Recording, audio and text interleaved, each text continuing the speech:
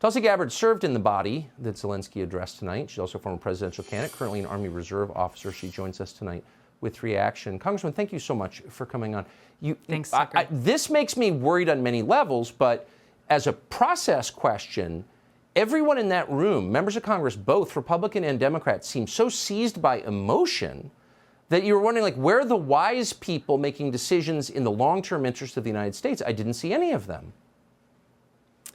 Yeah, I was thinking the same thing as I was watching that speech, and it really is kind of the manifestation in front of our very eyes of a whole lot of hypocrisy, because you have the Biden administration's whole foreign policy is essentially based on democracies and autocracies. We've got to divide the world between these two categories, and the U.S. is going to lead the charge for democracies to defeat the autocracies. And so they have said, hey, Ukraine is a thriving democracy, and Zelenskyy is this hero that is protecting this democracy, which is why Biden says we'll do everything within our power to support him. And, oh, by the way, we're going to send almost $100 billion of American taxpayer dollars to go and support this defense of democracy. But when you actually look at what Zelenskyy's democracy is, you see no freedom of the press. He has shut down any media that he does not control, his government does not control. He has gotten political opposition arrested, made sure that that's happened. As you mentioned, he shut down the biggest Ukraine church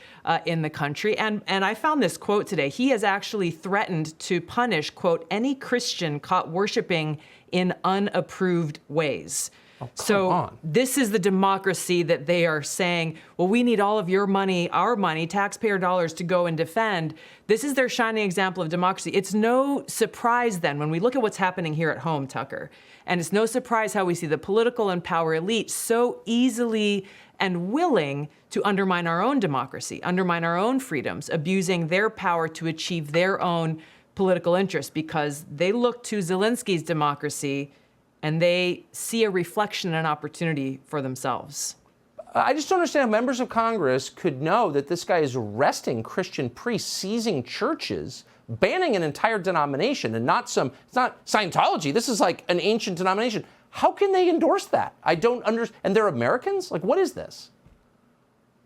I think it shows a pure dereliction of duty, frankly, on so many of these members of Congress from both parties who are so hooked into and controlled by the war machine in Washington, the military-industrial complex, that they will sit there. You know, they took a pledge to uphold our Constitution, to support and defend the safety, security, and freedom of the American people, and yet they're just sitting there clapping and cheering on this guy who uses fancy words like democracy and freedom and aren't looking at the facts of what's really going on and have no idea where our taxpayer dollars are going. And as you said, could not define what is our objective that serves the interests of the American people. It's scary how irrational it is. It actually really worries me. I appreciate your coming on. Congressman Tulsi Gabbard, thank you. Subscribe to the Fox News YouTube channel to catch our nightly opens, stories that are changing the world and changing your life. From Tucker Carlson Tonight.